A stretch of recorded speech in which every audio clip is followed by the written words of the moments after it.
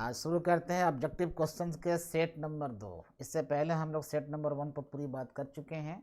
100 question का हमने answer उसमें किया था। और ये ऑब्जेक्टिव क्वेश्चन जैसे कि हम जानते हैं कि बहुत ही important examination point of view से जो हमारे 2002 में होने जा रहा है। तो जितने भी विद्यार्थी बिहार बोर्ड के हैं, झारखंड बोर्ड के हैं या जिस बोर्ड के हैं जिनको ये एप्लीकेबल है ये क्वेश्चन, तो आप ध्यान से सुनिए कि ऑब्जेक्टिव क्वेश्चन क्या लिखा हुआ है। इत्मीनान से सुनिए, समझिए। अगर हमारा सही होता है तो पूरे नंबर इसके मिलेंगे, गलत हुआ तो गया। हालांकि नेगेटिव मार्क्स नहीं है इसमें।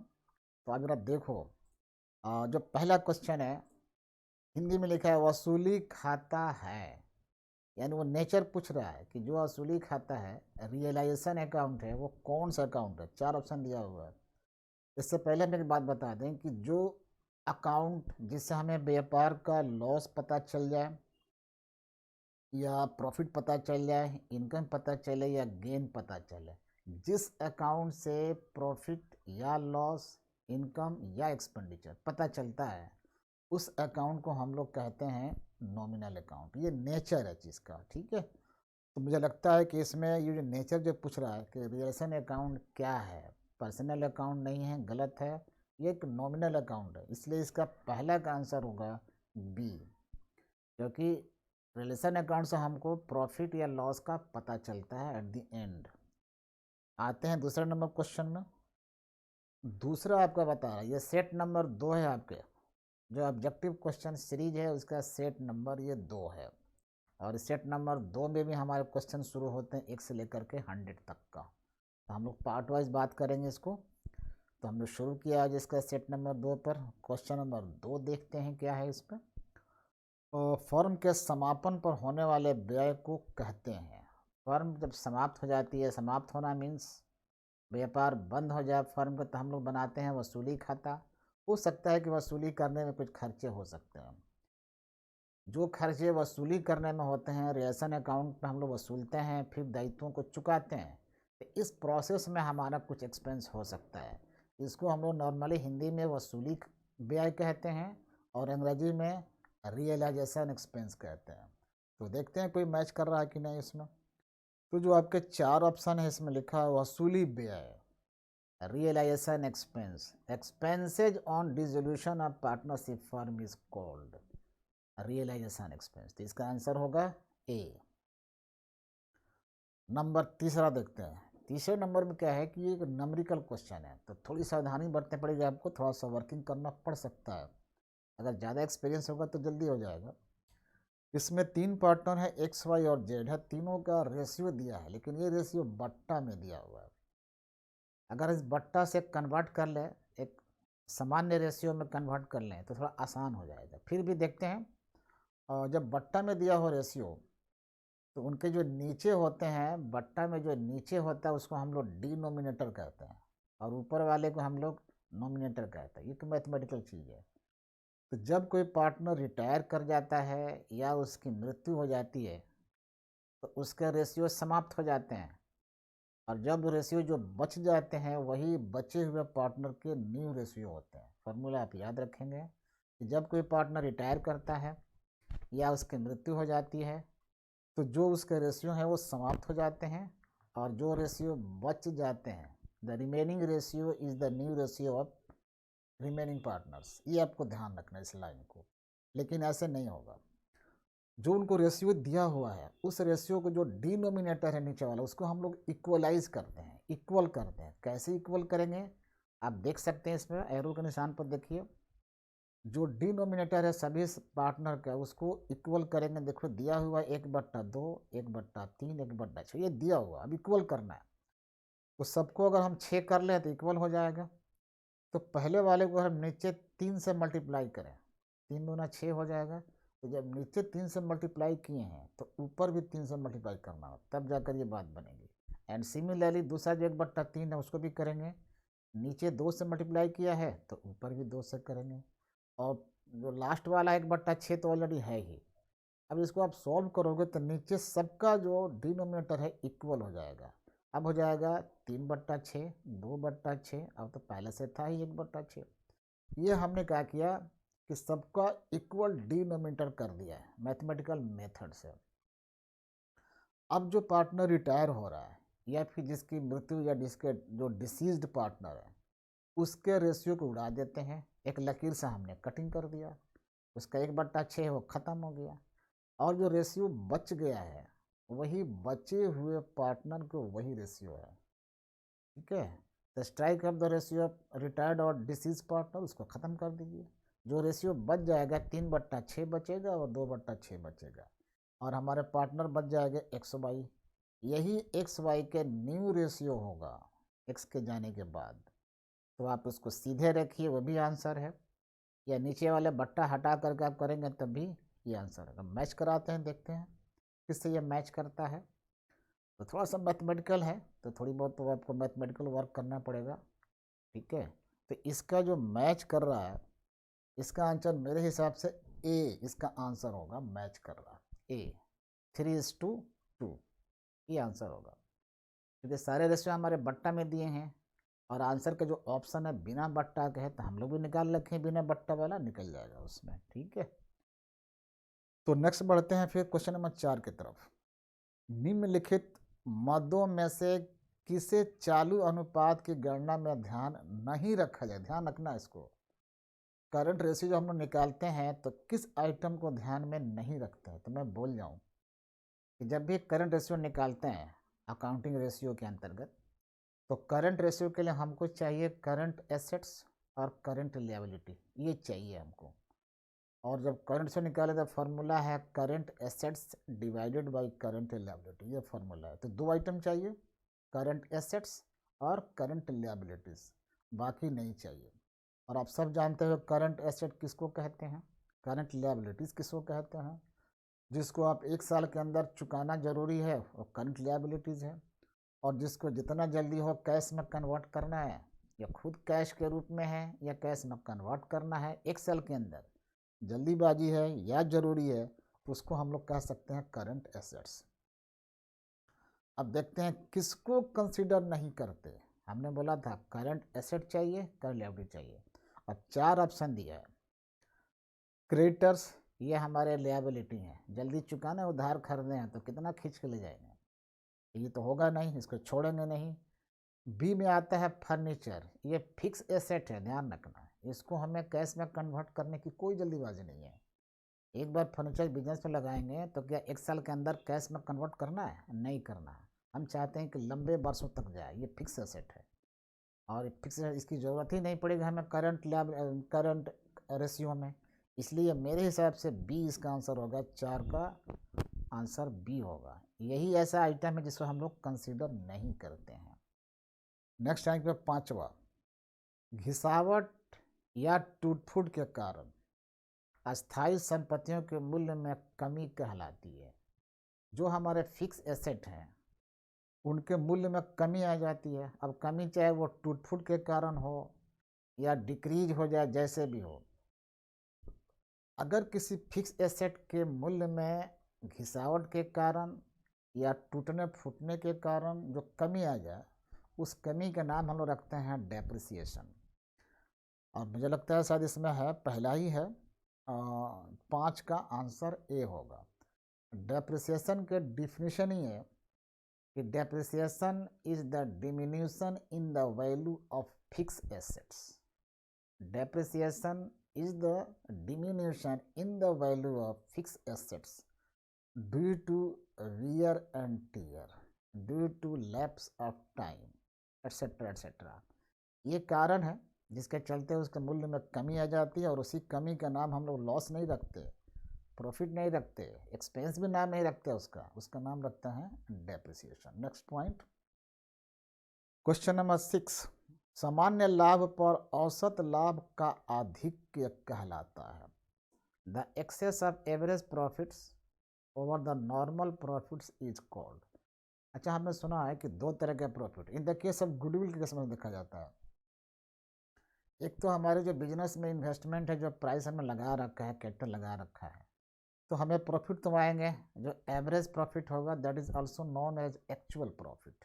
एवरेज प्रॉफिट कह लें, एक्चुअल प्रॉफिट कह लें, बिजनेस हम रन करा रहे हैं, कैरी ऑन कर रहे हैं, तो और उतना ही कैपिटल के बराबर हम कहीं और इन्वेस्ट किए होते तो जो हम कमा सकते थे उसको नॉर्मल प्रॉफिट कहते हैं। कहीं और लगा दिए होते, बैंक में रख दिए होते, तो कितना हम कमा सकते थे तो उसको हम लोग नॉर्मल प्रॉफिट कहते हैं। कि चलो बिजनेस नहीं करते हैं, कहीं और लगा देंगे, पैसा रख देंगे तो कुछ कमा लेंगे, लेकिन कहीं और न रखकर हमने बिजनेस में लगा दिया तो हमें तो प्रॉफिट होगा। उसको हम एक्चुअल प्रॉफिट कहेंगे या फिर एवरेज प्रॉफिट कहेंगे।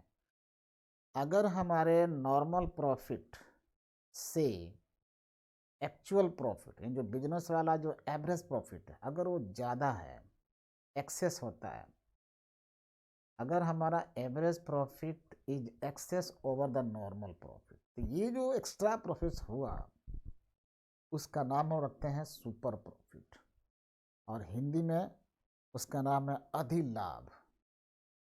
ठीक है, तो मुझे लगता है कि इसका आंसर होगा ए।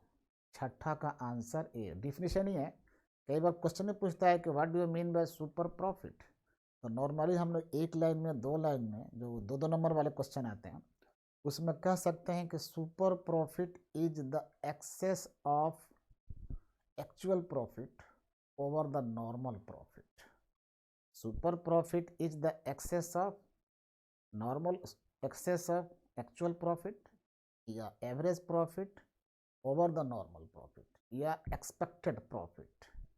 It is known as super profit, अधिलाभ। तो इस प्रकार छठा का आंसर हो गया हमारा ए। सातवां देखते हैं, वसीयत को मानना चाहिए, लिगेसी कहते हैं अंग्रेजी में। शुड बी ट्रीटेड एज, क्या मान लेना चाहिए। पहली बात बता दें कि वसीयत जो है हमारे एनपीओ में आता है, और ये वसीयत कोई कर जाता है तो जो भी उसके नाम में संपत्ति होती है वो ट्रांसफ़र हो जाती है हमारे एनपीओ को। तो भविष्य में कुछ मिलना होता है तो या तो हम उसको इनकम मान लें या फिर कैपिटल रिसिप्ट मान लें, लेकिन प्राय अगर क्वेश्चन में कुछ इंडिकेशन नहीं है, if there is no indication given in the question, तो normally we assumed it is a capital receipt, और जो कैपिटल रिसिप्ट होता है वह बैलेंस शीट में जाता है।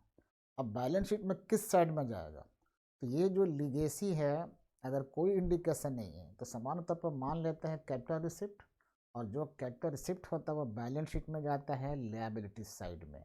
अब देखते हैं किस साइड में जा रहा है ये, और जो बैलेंस शीट में जाता है ध्यान रखना है कि वो इनकम नहीं कहलाता, उसको इनकम बोर्ड नहीं दे सकते। देखते हैं कहाँ जा रही है। वसीयत को मानना चाहिए, कैपिटल रिसिप्ट ये दिखाई पड़ रहा है, एक संपत्ति है तो गलत है। बी में लिखा है कैपिटल रिसिप्ट, हमने पहले ही कहा था आंसर कैपिटल रिसिप्ट है और बैलेंस शीट में जाएगा, तो इसका आंसर हो गया बी। क्वेश्चन नंबर 7 का आंसर हम लोग करेंगे बी। नेक्स्ट क्वेश्चन 8वां नंबर, साझेदारी फर्म के पुनर्गठन पर अलिखित देनदारी का लेखा करने पर होगा। अलिखित, अनरिकॉर्डेड, अनरिकॉर्डेड देखिए लिखा है, और reconstitution of a partnership firm, recording of an unrecorded liability will result in. कहता है कि अगर पहले से कोई लिएबिलिटी रिकॉर्डेड नहीं था, लेकिन अब जब हम फर्म का रिकंस्टिट्यूशन कर रहे हैं, पुनर्गठन कर रहे हैं, तो एक नई लिएबिलिटी आ गई जो छूट गई थी, तो पहले देना नहीं था, पता नहीं था, लेकिन अब देना तो पड़ेगा। तो जब भी हमको कुछ देना पड़ गया एकाएक, वो तो हमारे लिए नुकसान हो जाएगा, वो तो लॉस हो जाएगा। लेकिन देखते हैं ये लॉस सबको होगा, किसको होगा, तो लिखा है option gain to the existing partners, और बी में लिखा है loss to the existing. Gain तो खैर होगा ही नहीं, क्लियर बात है, तो गेन तो पहले छूट जाएगा। Loss to the existing partners, neither gain nor loss to the, सफ़ा नहीं होगा, नन ऑफ दिस। तो इस प्रकार loss to the existing partners, जो उस समय पार्टनर अवेलेबल हैं, जो विद्यमान साझेदार हैं, एक दायित्व आ जाएगा, लिएबिलिटी जो पहले रिकॉर्ड में नहीं था अब आएगा, तो उस समय जितने एग्जिस्टिंग पार्टनर होंगे सबको लॉस हो जाएगा। तो क्वेश्चन नंबर 8 का आंसर हो गया बी।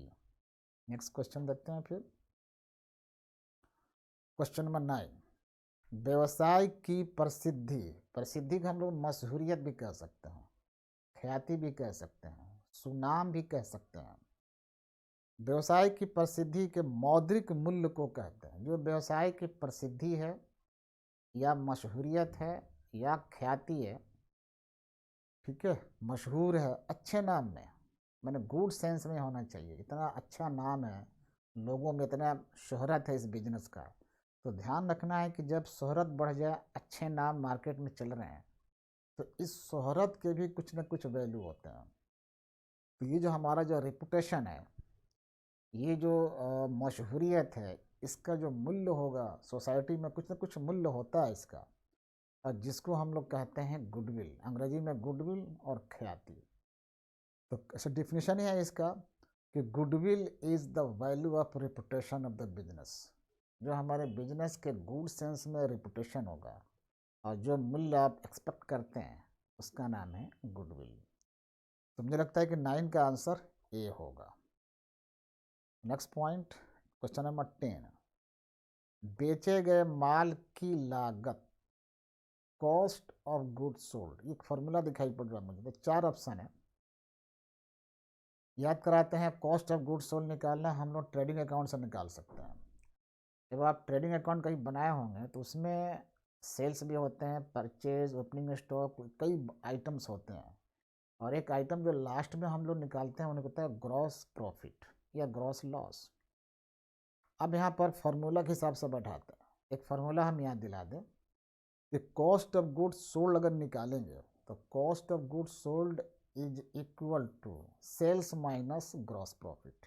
अगर ये फार्मूला पुट कर दें तो हमारा कॉस्ट ऑफ गुड्स सोल्ड निकल लेगा। तो ये तो रटने वाली बात है, तो मुझे लगता है ये फार्मूला इसमें है सी में, तो आंसर होना चाहिए 10 के सी। आप इसको मैच कर लेना।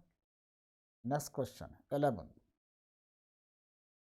फर्म के समापन की दशा में वसूली खाते को डेबिट किया जाता है। जो हम बनाते हैं जब फर्म समाप्त हो जाती है, बंद होने लगती है, डिसॉल्व हो गई फर्म, तो पहला खाता बनाते हैं वसूली खाता या रियलाइजेशन अकाउंट। तो उसके डेबिट साइड भी है, क्रेडिट साइड भी है। तो ये कह रहा कि फर्म के समापन दशा में वसूली खाते को डेबिट, उसके डेबिट साइड में लिखा जाता है। On realisation of a firm, realisation account is debited with, किससे डेबिट किया जाता है? तो पहला ऑप्शन देखते हैं, all assets to be realised, वो सभी एसेट्स जिनसे हमें पैसा वसूलने की आशा है, जिन संपत्तियों से पैसा वसूल सकते हैं या उसको बेच सकते हैं, उन्हीं संपत्तियों को हम लोग वसूली खाता के डेबिट करते हैं। आपको याद रखना है, और शायद पहला ही इसका आंसर दिखाई पड़ रहा है कि जितने हमारे एसेट्स हैं जो बैलेंस शीट में होते हैं, और भी आइटम हो सकते हैं जिनको वसूलना मुश्किल है, नहीं वसूल सकते, तो उनको हम लोग डेबिट साइड में लेके नहीं आते। बैलेंस शीट देखिए, उसमें एसेट्स को देखिए, कौन कौन ऐसे एसेट्स हैं जिनको बेचकर हम लोग पैसा वसूल सकते हैं या मांग कर ला सकते हैं, उन्हीं सभी संपत्तियों को रियलाइजेशन अकाउंट के डेबिट साइड में लिखते हैं। तो पहला ही ऑप्शन है इसका,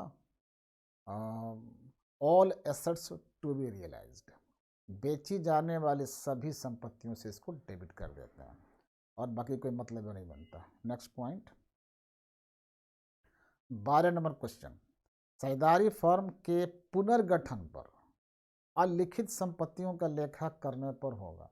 जब पुनर्गठन करेंगे, पार्टनरशिप फर्म को रिकंस्टिट्यूट करेंगे, और उसमें कोई ऐसा है जो अनरिकॉर्डेड एसेट है, मैंने कोई संपत्ति छूट गई थी, आप मानिए घर में कोई संपत्ति छूट गई थी या बाद में मिल जाए, तो फायदा ना होगा कि लॉस होगा? कोई संपत्ति कहीं गुम कर दिए थे, नहीं है हमारे रिकॉर्ड में, लेकिन जब साफ सफाई किया तो मिल गया। तो जब कोई संपत्ति जो अनरिकॉर्डेड है मिल जाए, तो जितने हमारे एग्जिस्टिंग पार्टनर हैं, जितने साझेदार हैं, उन सबके लिए गेन हो जाएगा। एग्जिस्टिंग पार्टनर, किसी एक का गेन नहीं होगा, सारे पार्टनर जो उस समय उपलब्ध रहेंगे, अवेलेबल रहेंगे, एग्जिस्टिंग पार्टनर, उन सबको गेन हो जाएगा। तो देखते हैं कौन सा मैच कर रहा है। गेन टू ओल्ड पार्टनर्स ये नहीं लगेगा, गेन टू एग्जिस्टिंग पार्टनर, ये आंसर बी होगा।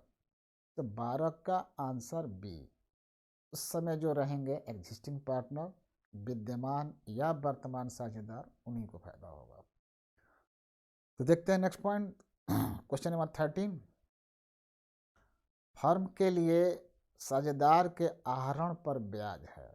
फर्म के लिए लिखना है, फर्म एक अलग एंटिटी और पार्टनर्स लोग एक अलग एंटिटी, और किसका अकाउंटिंग करते हैं हम लोग? फर्म का करते हैं। तो फर्म के पॉइंट ऑफ व्यू से हम लोग एक्सपेंस या इनकम को तय करते हैं। तो अब देखना है कि जो ड्राइंग पर इंटरेस्ट है वो ड्राइंग तो पार्टनर को फर्म ने दिया है, तो ब्याज कौन लेगा? जिसने दिया है वो ब्याज लेगा, तो फर्म इंटरेस्ट लगी ड्राइंग पर। तो फर्म के नुक्ते नज़रिया से ये जो इंटरेस्ट ऑन ड्राइंग है फर्म के लिए इनकम है, और जो कैपिटल पर इंटरेस्ट होता है फर्म के लिए एक्सपेंस होता है। तो मैच कराते हैं, जो ड्राइंग का इंटरेस्ट है फर्म के लिए क्या होगा? एक्सपेंस, ये नहीं होगा, इनकम, ये बी है। इसमें जब भी ड्राइंग कोई पार्टनर करता है पर्सनल के लिए तो उस पर ब्याज बनेगा, तो फर्म के लिए ड्राइंग का इंटरेस्ट इनकम और कैपिटल का इंटरेस्ट एक्सपेंस हो जाएगा। इसमें ड्राइंग है, इनकम आगे बी आंसर होगा 13 का। 14 नंबर क्वेश्चन देखते हैं।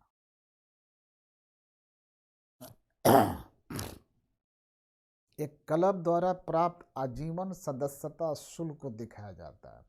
अगर कोई क्लब है, जाहिर है भी एनपीओ है, क्लब भी हमारे एनपीओ कैटेगरी में आता है। Life membership fees received by a club is shown in, कहाँ दिखलाया जाएगा? लाइफ मेंबरशिप का मतलब है कि एक बार फीस दे दिया, अब पूरे जीवन भर अब देना नहीं है, तो ये बार बार नहीं होना है, एक बार दिया काम खत्म। और जो बार बार होना है उसको हम लोग लिखते हैं इनकम एक्सपेंडिचर अकाउंट में, और जो एक बार ही होना है उसको लिखते हैं बैलेंस शीट में। तो सीधी याद रखना। अब देखते हैं ऑप्शन कहाँ गया। जो बार बार होना है इनकम एक्सपेंडिचर अकाउंट में, और जो एक बार ही होना है रिपीटेटिव नेचर नहीं है तो सीधे बैलेंस शीट में, चाहे जिधर जाए। तो साइड नहीं पूछा है, तो मेरा 14 का नंबर बी, क्वेश्चन नंबर 14 का बी है, बैलेंस शीट में जाएगा, क्योंकि ये बार बार नहीं आना है, और जो बार बार नहीं आता है वो कैपिटल रिसिप्ट होता है। अगला नंबर 15, समापन व्ययों को वसूली खाते के किस पक्ष में लिखा जाता है? बहुत सिंपल सी बात है, डेबिट साइड में लिखेंगे। जो रियलाइजेशन एक्सपेंस है उसको हम लोग रियलाइजेशन अकाउंट के डेबिट साइड में लिखते हैं, ठीक है। तो देखते हैं कोई है या नहीं, सी। तो 15 का आंसर होगा हमारा सी, ठीक है जी। क्वेश्चन नंबर 16 देखते हैं। 16 में क्या है? एक गैर व्यापारिक संस्था के लिए मानदेय होता है, मानदेय, ऑनरेरियम। इसको हम लोग वेतन नहीं कहेंगे, सैलरी नहीं कहेंगे। कई बार एनपीओ में ऐसा होता है कि किसी सम्मानित व्यक्ति को बुलाते हैं अपनी सेवा देने के लिए, तो उसको सैलरी देने के लिए हम लायक नहीं होते, लेकिन कुछ ना कुछ देना होता है। तो जब वो सर्विस प्रोवाइड कर रहा है हमारे यहाँ अपने मन से, बहुत सम्मानित व्यक्ति है, माननीय व्यक्ति है, तो जो कुछ उसको हम लोग देते हैं सैलरी नहीं कहते हैं, तो कुछ तो कहना पड़ेगा, इसलिए हम लोग उसको हिंदी में मानदेय कह देते हैं, अंग्रेजी में उसको ऑनरेरियम कहते हैं। और ये जो ऑनरेरियम है एक प्रकार का हमारा एक्सपेंस है, और ये एक्सपेंस आप लिखा देख सकते हैं आप। तो आय तो है नहीं, एक्सपेंस है, तो इस तरह आपको 16 नंबर क्वेश्चन का जो आंसर हो जाएगा वो सी हो जाएगा। नेक्स्ट क्वेश्चन 17 क्वेश्चन, फर्म के विघटन के समय संपत्तियों का पुस्तकीय मूल्य वसूली खाते के किस पक्ष में लिखा जाता है? पहले बता दें पुस्तकीय मूल्य का माने क्या है। At the time of dissolution of a firm, book value of assets is recorded in which side of realisation account.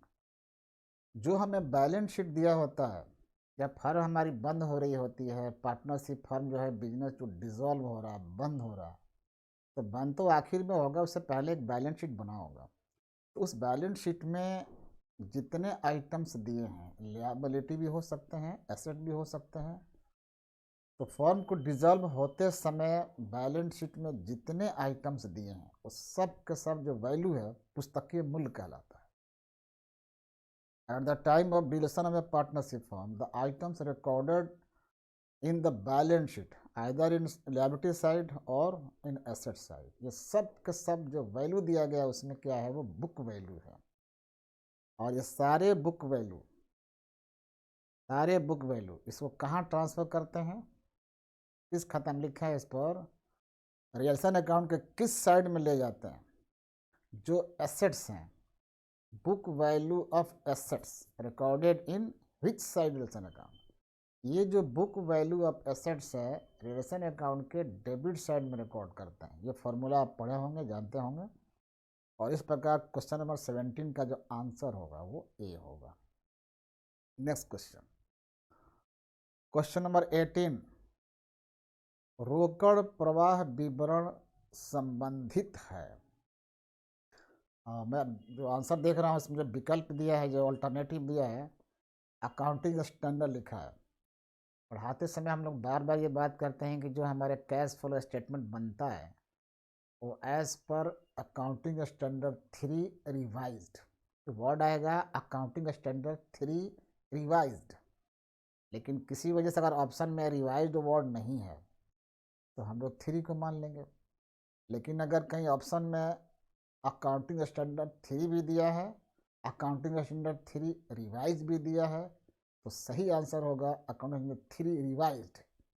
लेकिन इस क्वेश्चन में आपको ऑप्शन नहीं दिया है, इसलिए अकाउंटिंग स्टैंडर्ड 3 ये इसका आंसर हो जाएगा, 18 का सी। अगला पॉइंट, क्वेश्चन नंबर 19, रोकड़ समतुल्य में शामिल होता है। रोकड़ समतुल्य में शामिल मतलब रोकड़ के बराबर इनको माना जाता है। Cash and cash equivalents include, या तो वो कैश है या कैश के लगभग बराबर आइटम है, कैश जैसा ही आइटम, वो कौन कौन है। तो हम लोग कैश फ्लो स्टेटमेंट इस बात को बहुत चर्चा करते हैं कि एक जो कैश इन हैंड है वो तो है ही रोकड़, कैश ऑलरेडी है। कैश एट बैंक वो भी हमारा होता है, तो कैश इन हैंड भी रोकड़ समतुल्य है, कैश एट बैंक भी है। और जो हमारे कमर्शियल बिल्स होते हैं, कमर्शियल बिल्स वो भी होते हैं। वेरी शॉर्ट टर्म सिक्योरिटीज़ वो भी हमारे इक्विवेलेंट माने जाते हैं। और जो ट्रेजरी बिल होते हैं वो भी हमारे इक्विवेलेंट टू कैश माने जाते हैं। तो देखते हैं जरा ऑप्शन कौन कौन इसमें ऑप्शन लिखा हुआ है। और क्वेश्चन नंबर 19 का ट्रेजरी बिल, ये इक्विवेलेंट टू कैश ऑलरेडी हैं, ऊपर लिखा है ना रोकड़ समतुल्य में शामिल होता है, तो ये शामिल होता है, बी भी शामिल होता है और सी भी शामिल होता है, ये तो सब शामिल दिखाई पड़ रहा है। तो इसका आंसर क्या होगा, डी, ये सभी। तो क्वेश्चन नंबर 19 का आंसर होगा डी, ये सभी जितने दे रखे हैं तीनों ऑप्शन में सब के सब इक्विवेलेंट टू कैश है। क्वेश्चन नंबर देखते हैं 20, फर्म के विघटन पर साझेदारों के पूंजी खाते को बंद किए जाते हैं। जब फर्म समाप्त हो जाएगी, बिजनेस बंद हो रहा है, तो सारे अकाउंट को क्लोज करते हैं। तो क्लोज करते करते पूंजी को क्लोज करते हैं, और लास्ट में क्लोज कैसे करते हैं, बैलेंस सीडी बीडी नहीं निकलते। अगर शॉर्ट पड़ता है कैपिटल में तो कैश लेके आते हैं पार्टनर, एक्सेस होता है तो उनको हम लोग फाइनल पेमेंट देते हैं, वो भी कैश में जाता है। यानी पार्टनर्स के कैपिटल अकाउंट में फाइनल पेमेंट के रूप में लिख दें कैश, या कैश ला रहा उसमें लिख दें, और इस प्रकार वो कैपिटल अकाउंट बंद हो जाता है। तो देखते हैं ऑप्शन कौन सा मिल रहा है 20 का, बंद वसूली खाते के माध्यम, ये तो पहले ही बनता है, इससे माध्यम से कैपिटल को बंद नहीं करते, डॉस अकाउंट इससे भी नहीं बंद करते हैं। सी दिखाई पड़ रहा, बैंक या रोकड़ के माध्यम से हम लोग कैपिटल अकाउंट को बंद कर देते हैं जब व्यापार बंद होता है, तो ठीक है। तो इस प्रकार 20 का आंसर होगा सी। क्वेश्चन नंबर 21 देखते हैं, पुनर्मूल्यांकन खाता या लाभ हानि समायोजन खाता है। पुनर्मूल्यांकन रिवैल्यूएशन अकाउंट कह लें या profit and loss adjustment account कह लें, दोनों एक ही चीज़ है। जब संपत्तियों का हम लोग मूल्यांकन करते हैं, दायित्वों का मूल्यांकन करते हैं, तब ये बनाया जाता है, ठीक है। लेकिन ध्यान हो, जब ये अकाउंट हम बनाते हैं रिवैल्यूएशन अकाउंट, तो इससे भी प्रॉफिट का पता चलता है या फिर लॉस का पता चलता है। और पहले हमने कहा था किसी भी अकाउंट से प्रॉफिट या लॉस का पता चलता हो उसको हम लोग नॉमिनल अकाउंट कहते हैं। तो शायद इसमें ऑप्शन होगा कहीं नॉमिनल अकाउंट, सी। 21 का आंसर होगा सी। नेक्स्ट 22, त्याग अनुपात निकालना पड़ता है, sacrifice ratio has to be calculated. कब त्याग अनुपात निकलेगा, तो कैसे केस देख लें कौन कौन सा केस है। At the time of admission में पार्टनर, त्याग अनुपात, दूसरा eight the time of retirement of A partner, eight the time of A partner, eight the time of marriage of A partner. तो बिल्कुल गलत है, मैरिज तो कोई मतलब ही नहीं बनता है। At the time of A partner, ये भी कोई माने नहीं है सी का। Eight the time of retirement of A partner, जब कोई पार्टनर रिटायर करता है तो सेक्रीफाइसिंग रेशियो नहीं निकालते बल्कि गेनिंग रेशियो निकालते हैं। तो क्वेश्चन में गेनिंग तो है नहीं, इसलिए बी भी खत्म।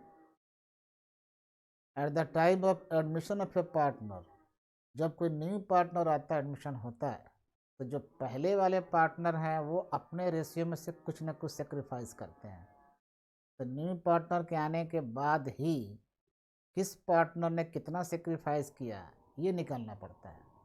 तो sacrificing ratio is calculated at the time of admission of a new partner. तो according to this question answer is ए।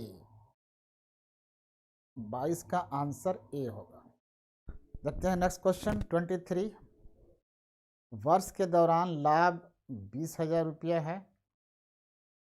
वर्ष के दौरान स्टॉक में वृद्धि 9,000 और देनदारों में कमी आ गई हमारी कितनी, 5,000 हुई। संचालन क्रियाओं से रोकड़ की राशि क्या है? Profit during the year is 20,000। During the year there was increase in stock of ₹9,000 and decrease in debtors ₹5,000. What is the amount of cash from operating activities? हम सब जानते हैं कि ऑपरेटिंग एक्टिविटीज़ के लिए सबसे पहले हम लोगों को नेट प्रॉफिट चाहिए। अगर हम दिखाते हैं नेट प्रॉफिट तो दिखा सकते हैं हम लोग एरो से। नेट प्रॉफिट दिखा सकते हैं 20,000 दिया हुआ है, कई साइड में हम कर देते हैं। नेट प्रॉफिट पहले लेते हैं और इसमें करंट एसेट अगर इंक्रीज करता है तो माइनस करते हैं और डिक्रीज करता है तो प्लस करते हैं। तो करंट एसेट हमारा स्टॉक है, ये क्या कर गया, इंक्रीज कर गया, वृद्धि 9,000, तो ऐड कर देंगे। ऐड कर दें, जब करंट एसेट इंक्रीज करेगा तो माइनस कर दें। देखो यहाँ पे वृद्धि लिखा है, इंक्रीज, तो प्लस नहीं माइनस करते हैं, इसको माइनस करेंगे। जब करंट एसेट हमारा इंक्रीज करेगा तो माइनस करेंगे और जब डिक्रीज करेगा तो उसको प्लस करेंगे। तो ये माइनस करने के बाद कितना बचा नीचे हमारा, 11,000 बच गया। और एक और बगल में लिखा है देनदारों में कमी, यानी कि डिक्रीज इन डेटर्स। ये डेटर भी हमारे करंट एसेट हैं, ये घट रहे हैं। जब इस तरह के एसेट में कमी आएगी, घटेंगे, तो इसको ऐड कर देते हैं और देखते हैं ऐड करने के बाद कितना है। 11,000 ये हो गया, प्लस कर देते हैं 5,000। तो इस प्रकार ये हमारा कैश का फ्लो आ जाएगा 16,000। पता नहीं कहाँ आंसर है इसका। तो मेरे अनुसार 23 का जो आंसर होगा वो डी होगा। और वही फॉर्मूला है, जब जब एसेट बढ़ेगा तो माइनस कर लेंगे, घटेगा तो प्लस कर लेंगे। जब एसेट घटेगा तो कैसे आ रहा होगा। नेक्स्ट क्वेश्चन देखते हैं 24। अवकाश ग्रहण करने के समय पुनर्मूल्यांकन के लाभ और हानि को वहन किया जाता है। Profit and loss on revaluation eight the time of retirement must be shared by. जब कोई पार्टनर रिटायर हो रहा हो और उस समय जो हम लोग बनाते हैं रिवैल्यूएशन अकाउंट, तो उस पर प्रॉफिट या लॉस कुछ भी हो सकता है। ध्यान रखना है कि जब पुराने पार्टनर होते हुए भी बाहर जा रहा है, रिटायर कर रहा है, तो जो भी पुनर्मूल्यांकन पर प्रॉफिट होगा उसमें वो भी बांटेगा, या लॉस होगा वो भी बांटेगा, यानी कि सब में बांटेगा। जो जा रहा है वो भी बांटेगा, जो बच गए बेचारे वो भी बांटेंगे। तो profit on loss on revaluation eight the time of retirement must be shared by all the partners, सब में बांटे जाएंगे। तो एक ही आंसर इसमें दिखाई पड़ रहा है, बी। 24 का मेरे हिसाब से जो आंसर आएगा वो बी आएगा। ठीक है, देखते हैं क्वेश्चन नंबर 25 क्या कहता है। In which ratio the cash brought in for goodwill by new partner is shared by the existing partner, in which ratio. आप जरा सोचिए कि जब कोई न्यू पार्टनर आता है, नए साझेदार द्वारा ख्याति के लिए लाई गई नगद राशि वर्तमान साझेदारों में किस अनुपात में बांटी जाती है। जब एक नए पार्टनर आएगा, गुडविल की राशि लेकर आता है, तो उसकी गुडविल की राशि पुराने लोग बांट लेते हैं। न्यू पार्टनर के द्वारा गुडविल की अमाउंट लाने पर पुराने लोग उसको बांटते हैं। कौन बांटते हैं? पुराने लोग। सवाल उठता है किस रेशियो में बांटते हैं? तो वे लोग सेक्रीफाइसिंग रेशियो में बांटते हैं। Goodwill brought by new partner is shared between old partners in their sacrificing ratio. ये उसके एकदम बिल्कुल ये हार्ड लाइन है, आपको याद रखनी पड़ेगी। तो जो लोग सेक्रीफाइस करेंगे वही बांटेंगे। पुराने पार्टनर हैं मतलब नहीं है, अगर वो पुराने पार्टनर हैं, सेक्रीफाइस किए हैं, तभी बांटेंगे। इसलिए सेक्रीफाइस वर्ड बहुत जरूरी लगाना उसमें। तो ओल्ड पार्टनर ओल्ड रेशियो नहीं, ओल्ड पार्टनर सेक्रीफाइसिंग रेशियो में बांटते हैं गुडविल को, अगर नया पार्टनर कोई लाता है तो देखते हैं कौन मैच कर रहा है इसमें। तो सी 25 का जो आंसर होगा वो होगा मेरे हिसाब से सी। तो उम्मीद ये बात समझ में आ रही होगी, आप इसको प्रैक्टिस करोगे, बात समझोगे तो कोई दिक्कत नहीं आएगी। यहाँ प्रैक्टिस करने से आपके एग्जाम में बहुत ही आसान रहेगा। थोड़ा सा क्वेश्चन में ट्विस्टिंग अगर है, थोड़ा क्वेश्चन में मॉडिफिकेशन कर दें तो हो सकता है दिक्कतें आएँ, लेकिन आप मेरे लेक्चर को सुनोगे, लॉजिकल स्टेटमेंट हम कैसे बता रहे हैं इसको आप ध्यान में रख कर चलोगे, थोड़ी बहुत प्रैक्टिस करोगे तो शायद क्वेश्चन इधर उधर कर ले, कोई दिक्कत नहीं आएगी। तो उम्मीद है आपको शुभकामनाओं के साथ wish you all the best.